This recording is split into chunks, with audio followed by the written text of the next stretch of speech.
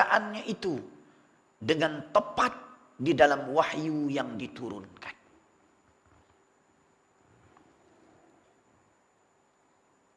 Kerana itulah golongan yang beriman ditambah lagi dengan ilmu terhadap kejadian alam, semakin menyingkapkan kepada hatinya kebenaran Al-Quran. Jadi ramai di kalangan ahli-ahli sains di barat yang beriman kepada Allah Subhanahu wa taala setelah membaca ayat-ayat Al-Quran yang menyebut secara tepat tentang kejadian alam dan rahsia-rahsia alam sesuai dengan ilmu yang mereka miliki. Jadi ada antaranya tokoh yang terkenal yang bernama Maurice Bucaille yang berasal daripada Perancis, pakar perubatan,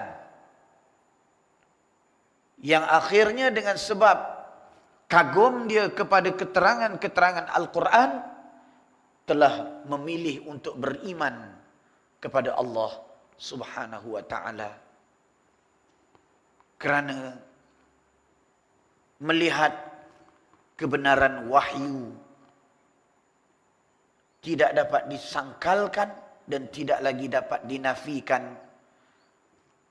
Bagaimana wahyu yang turun 1500 tahun yang lampau dalam zaman sains itu belum berkembang dan wujud, menyingkap rahsia dan kejadian alam dengan tepat sebagaimana yang ditemui 1500 tahun atau 1300 tahun atau 1400 tahun kemudiannya.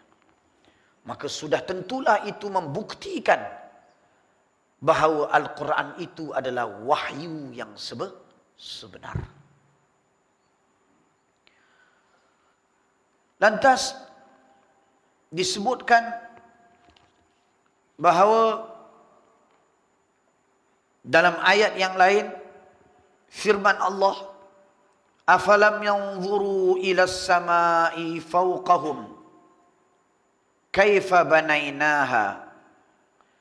Apakah mereka tidak melihat kepada langit yang berada di atas mereka? Mana setiap yang di atas dipanggil sama. Kaifa banainaha, bagaimana kami telah menciptanya. Tuhan suruh menyaksikan kejadian langit secara yang ilmiah supaya kita dapat melihat hebatnya Allah Subhanahu wa taala sebagai pencipta, engineer,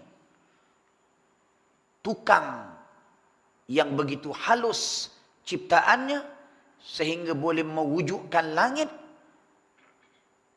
tanpa sebarang tiang untuk menopangnya, tetapi langit itu dapat wujud pada tempatnya dan memberi manfaat yang sangat besar kepada manusia.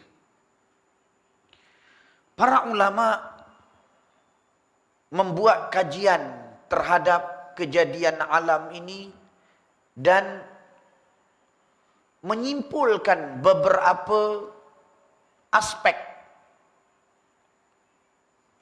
yang membuktikan daripada kejadian itu bahawa ianya dicipta oleh Allah. Lantas menunjukkan kebesaran Tuhan.